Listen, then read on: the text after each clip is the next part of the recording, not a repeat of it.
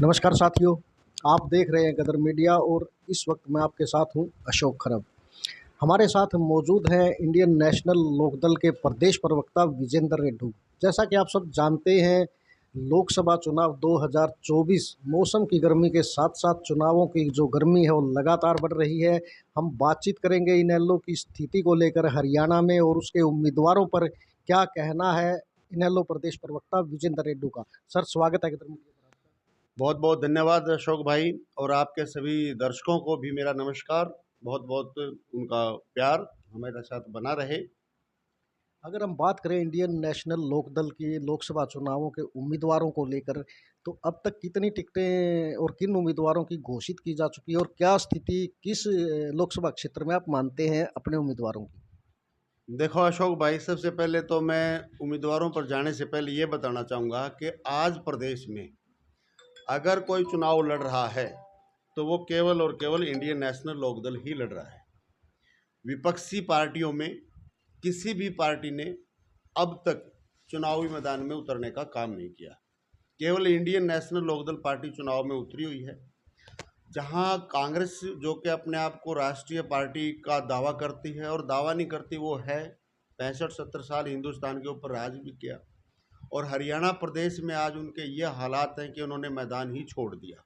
और मुझे तो ऐसा लगता है कि अंत में कांग्रेस कहीं ये ना कह दे कि हम तो निर्दलियों को सपोर्ट करेंगे। इनके पास कैंडिडेट ही नहीं है आज के दिन। जो कहते थे हमारे पास 310 कैंडिडेटों की लिस्ट आई है, उनमें से ये 9 नहीं सिलेक्ट कर पा रहे, तो ये हालात तो कांग्रेस की है। जहां इनमें आपसी कलह है, फूट है, इनको डर सता रहा है, और इनके नेता चुनाव से बचते हुए भाग रहे हैं, इधर उधर छुपने का काम कर रहे हैं। भारतीय जनता पार्टी का जिस प्रकार से गांव में स्वागत किया जा रहा है लोगों के द्वारा, वो सबके सामने है। 10 साल के शासनकाल में जो एक सरकार को किसी प्रदेश के विकास के कार्यों के लिए कार्य करने चाहिए थे, इन्होंने बिल्कुल उल्टे कार्य किए। देखिए, आज हरियाणा प्रदेश बेरोजगारी में नंबर 1 पर आया हुआ है। खुद हमारी सरकार, जो मौजूदा सरकार है, वो बड़ी बेशर्मी के साथ कहते हैं कि आज हरियाणा प्रदेश में, जिसकी कुल जनसंख्या 2,86,00,000 है, उसमें से 1,83,00,000 लोगों को हम फ्री में राशन देते हैं। यानी कि लगभग 63% लोगों को इन्होंने गरीब बनाने का काम किया, और इस गरीब बनाने के पीछे ये अपनी पीठ थपथपाने का काम करते हैं, जो कि बड़ी ही शर्म की बात है। इसी प्रकार से बेरोजगारी के ले लो, खुद इनकी सरकार ने आंकड़े दिए कि बेरोजगारी में हरियाणा नंबर 1 आ गया है। भ्रष्टाचार में हरियाणा नंबर 1 है। महिला असुरक्षा में हरियाणा नंबर 1 आया हुआ है। और जिस प्रकार से समाज के हर वर्ग को इन्होंने लाठी और डंडों से पीटने का काम किया, वो आज सबके सामने उसका प्रतिफल इनको मिल रहा है। जब ये गांव में जाते हैं तो इनका काले झंडों से स्वागत होता है, और बहुत जगह बोर्ड लगा दिए गए कि इनको गांव में घुसने नहीं देंगे। तीसरी बात रही आम आदमी पार्टी की, जिन्होंने केवल मात्र एक सीट पर हरियाणा प्रदेश में अपना समझौता कर लिया। तो खरब साहब, ये बताइए, आम आदमी पार्टी क्या मुंह लेकर के हरियाणा के लोगों से समर्थन मांगेगी? बहुत बार डिबेट पर हमारी बहस होती थी। हम कहते थे कि SYL पर हरियाणा का हक है। 60-40 में समझौता हुआ था शाह आयोग का, वो 40% हमारे को मिलना चाहिए। चंडीगढ़ में हमारा हक है। चंडीगढ़ पंजाब यूनिवर्सिटी में हमारा 40% का हक है, और चंडीगढ़ टेरिटरी में हमारा 40% का हक है। कम से कम हरियाणा का आम आदमी पार्टी का वर्कर एक बार अपनी जुबान से ये बात तो कह दे कि हाँ, हमारा हक है, हमें मिलना चाहिए। लेकिन किसी भी वर्कर ने किसी भी डिबेट में या पेपर के माध्यम से या सोशल मीडिया के माध्यम से ये नहीं कहा कि ये हमारा हक है और हमें मिलना चाहिए।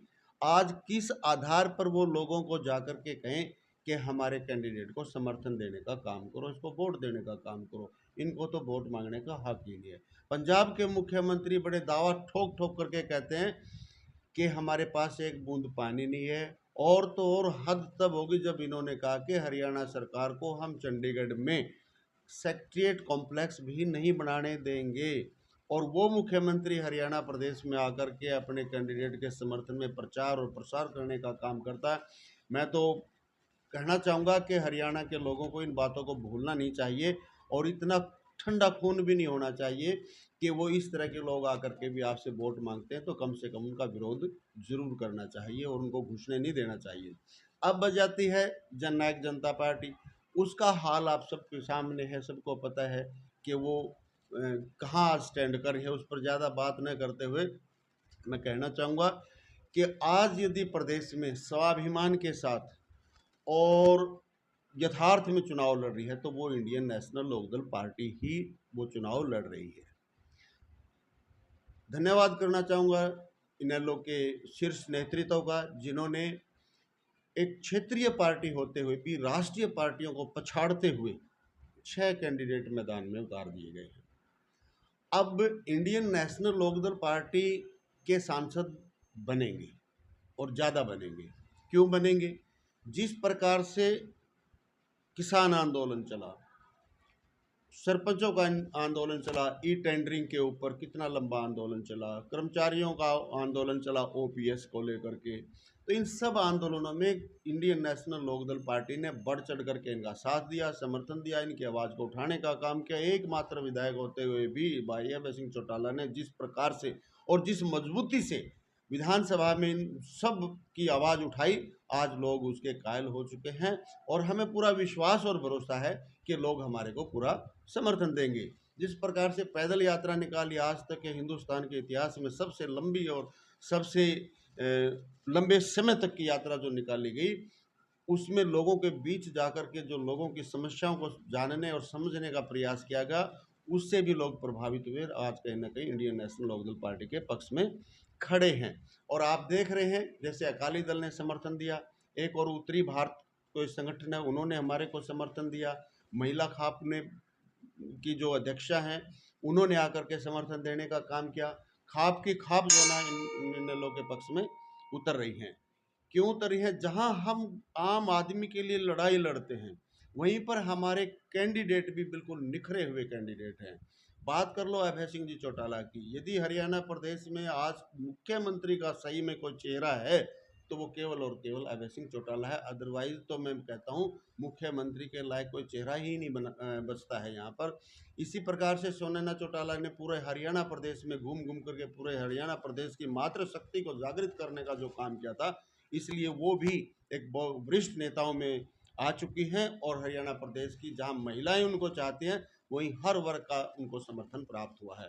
अब आप ले लीजिए सोनीपत से जो हमारे अनूप सिंह दहिया को कैंडिडेट बनाया गया है, रिटायर्ड आईपीएस हैं, अर्जुन अवार्डी हैं और खेल में उनकी प्रतिभा सब समझ चुके हैं जब अर्जुन अवार्डी हैं और द्रोणाचार्य अवार्डी हैं और प्रशासन में कुशलता उसकी सब बार बार कहने की ज़रूरत नहीं है क्योंकि वो आईपीएस रिटायर्ड हैं तो उन्होंने कितना कुशल प्रशासक भी हैं, वो इतने अच्छे आदमी हैं और बहुत ही खास और अच्छी छवि के इंसान हैं। इसी प्रकार से यदि मैं कहूँ संदीप लोट, जिनके दादा फकीर चंद 2 बार के विधायक रह चुके हैं, उनके पिताजी एमएलए का इलेक्शन लड़ चुके हैं, आज वो हिसार सीट से इंडियन नेशनल लोकदल पार्टी की सिरसा से चुनाव लड़ रहे हैं और बहुत ही मजबूत कैंडिडेट हैं और राजनीतिक परिवार से संबंध रखते हैं। इसी प्रकार से यदि मैं बात करूं अपने सरदार गुरप्रीत सिंह जी जो अम्बाला से कैंडिडेट बनाए गए हैं, बहुत ही पढ़े लिखे और समझदार कैंडिडेट हैं और पार्टी के समर्पित कैंडिडेट भी हैं।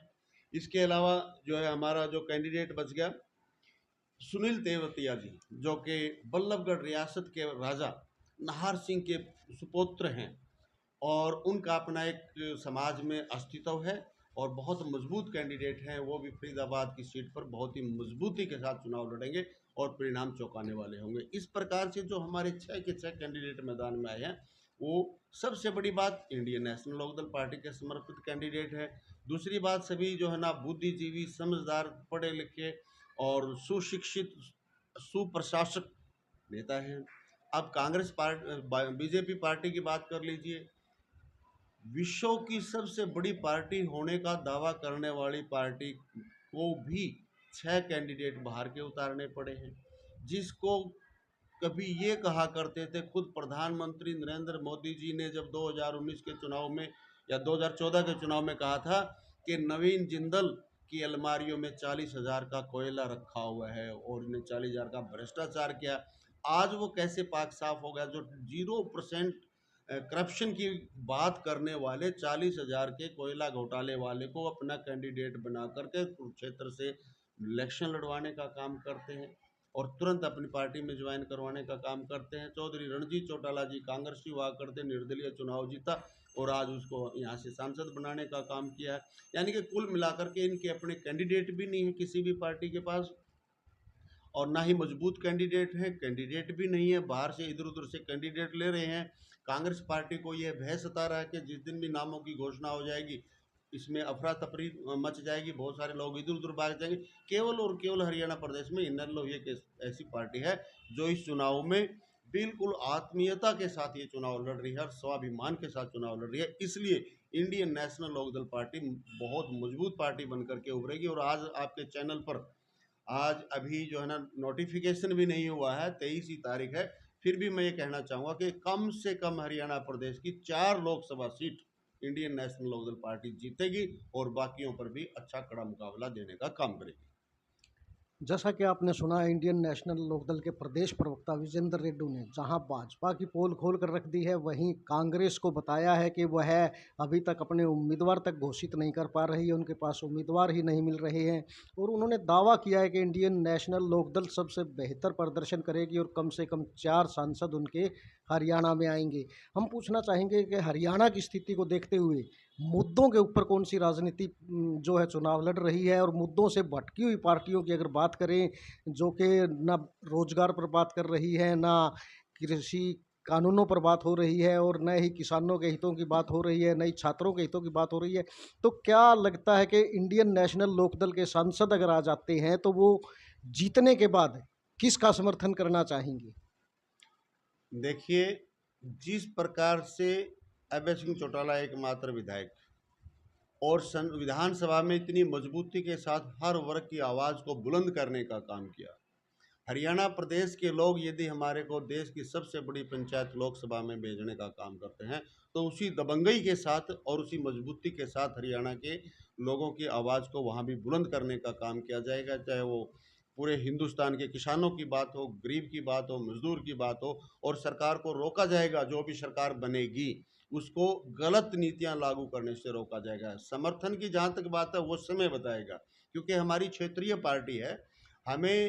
हम नेशनल लेवल पर सरकार गठित नहीं कर सकते, क्षेत्र में हम अपनी सरकार का गठन करेंगे, लेकिन राष्ट्रीय स्तर पर जो भी पार्टी हमारी बातें मानेगी, जो हमारी कंडीशन होगी, जो किसान के हक की बात करेगी और जो भी गरीब मजदूर के हक की बात करेगी, जो रोजगार सृजन करने का काम करेगी, ऐसी पार्टियों को चुन करके हम उनके साथ जाएंगे। और उनमें से यदि कोई खरी नहीं उतरती है तो हम निर्दलीय मतलब एक बिना किसी समर्थन के भी अपनी आवाज़ लोकसभा में उठाने का काम करेंगे।